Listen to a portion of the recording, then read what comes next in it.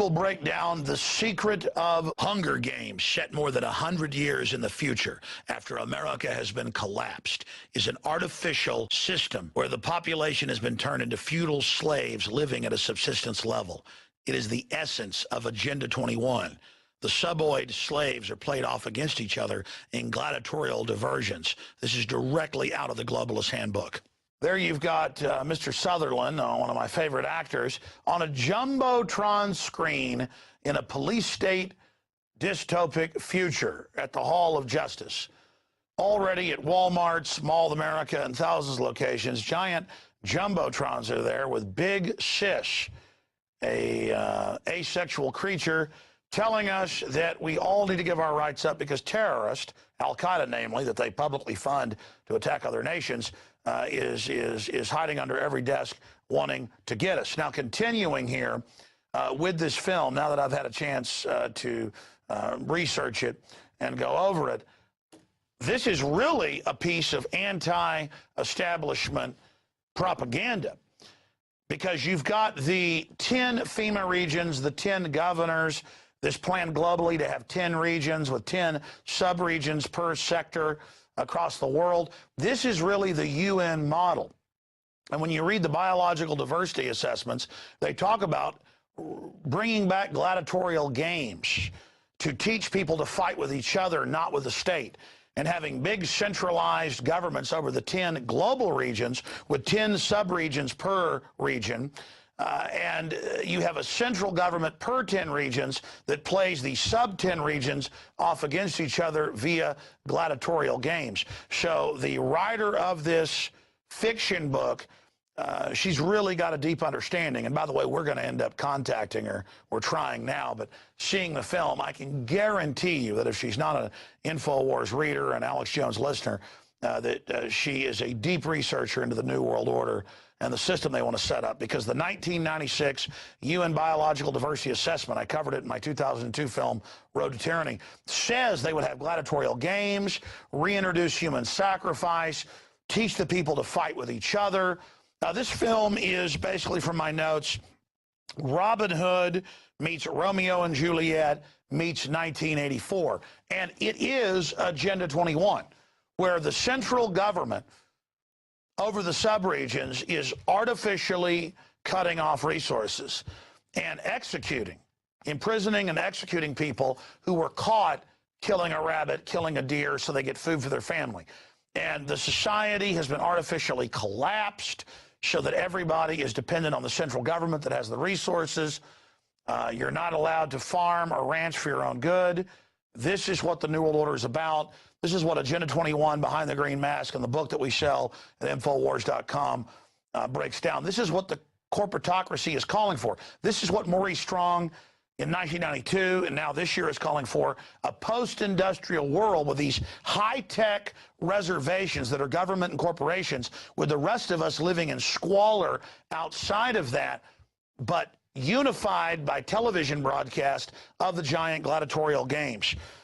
Now, in part 2 and now part 3 coming out, the books, I haven't gotten to those yet. I'm talking to fans of it, though. I've got friends and family that are. It's more of a message of revolution against this. So Hollywood, in its desperate attempt to stay relevant, is more and more adopting the culture of resistance to these eugenics, post-industrial deindustrialization cult, and people are really starting to wake up. So that is exciting, and we'll have some more reports and reviews on the Hunger Games. Also saw a film on DVD that I think is pretty impressive called In Time, with Justin Timberlake of all people, but it is a powerful message of the elite being able to live forever, but needing to reduce population to do it because you can't have too many people. That's also what this is all about. And we're also going to be reviewing here with a sneak peek months before it's out, coming up this Thursday, Prometheus, the Ridley Scott film. So you want to stay with us on that. But, you know, I wrote a lot of notes here. I kept hearing about the Hunger Games, too busy to get focused on it. Now I've had a chance to see it.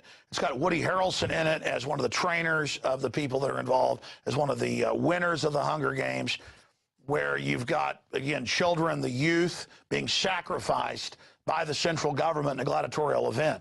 That's the tropism developed by every other authoritarian system in history, whether it was the Aztecs, the Babylonians, the Greeks had human sacrifice, the Romans, that's what the gladiatorial events were. All of this, human sacrifice in every single culture, ritualized warfare, because the elites are basically culling the population. This is an ancient truth, and that's why Hunger Games is so powerful. Any film that is extremely successful has a couple things behind it. A, the system pushes it. But more importantly, B, it has to trigger archetypal truths that we already know are there. And finally, it has to be presented in a powerful fashion. And so I'm not saying Hunger Games is even good in the final equation, because the system has put it out to people. They believe the public's so dumbed down, this will condition people to accept this future, which is what the UN and others are actually pushing. It's incredible. This is something they're actually pushing. A rewilding, going back to primitive times, gladiatorial events, human sacrifice. The UN actually calls for this. Cutting off resources artificially to control populations, because a true renaissance of clean energy, new systems, free energy systems threatens the monopoly. So the elite who are facing that are deciding to go into a new dark age where they have life extension and they have all these new systems, but that's blocked off from us. We're in a new dark age. They ascend to the next level with the Promethean fire. That is their plan. The question is, will you let them do that? You see, they know that you can never be given access to any of this or even know that it exists, or you'll completely rebel and they'll lose their monopoly of power through the technological revolution. Because technology's a multifaceted sword with hundreds of edges. It's not just double-edged, good or evil. It has a fractal design of 6 dimensions of possibilities, and we make the future. That's why they want us walled off in this matrix-like system of American Idol and NFL, totally feeling inadequate via the Madison Avenue brainwashing system, with endless recruiting ads showing women rebelling against their boyfriend by shaving their heads and marrying the state and joining the Marine Corps. We're going to show that tomorrow night. I mean, sick stuff. So you can be injected with binary weapon systems and die young and be chewed up by DU. The system wants to destroy the family, so we all marry the state and join the hive collective that uses us as human resources. Another term hidden in plain view. So again, the system thinks they're throwing it in your face and you're weak, and you'll just accept this as what's coming. I believe that when you see the facts, you will be enlightened and take action against the globalist. You're like, well, how do I bring them down? You don't bring them down by yourself. You resist, you rebel in small ways, and we kill them by 1 trillion cuts. The globalists are doing that to us incrementally. We resist them incrementally as well. Resistance is victory. Let me give you tonight's quote here with this jumbo edition of InfoWars Nightly News. Okay, so tonight's quote is from Bob LaFavre, a Alex Jones of decades ago who's now deceased. Government is a disease masquerading as its own cure. And he's the father of the Freedom School. He founded that, and we stand on people like Bob's shoulders. So we commend you, Bob, for all your work, and we say hi to you. They're watching from Valhalla.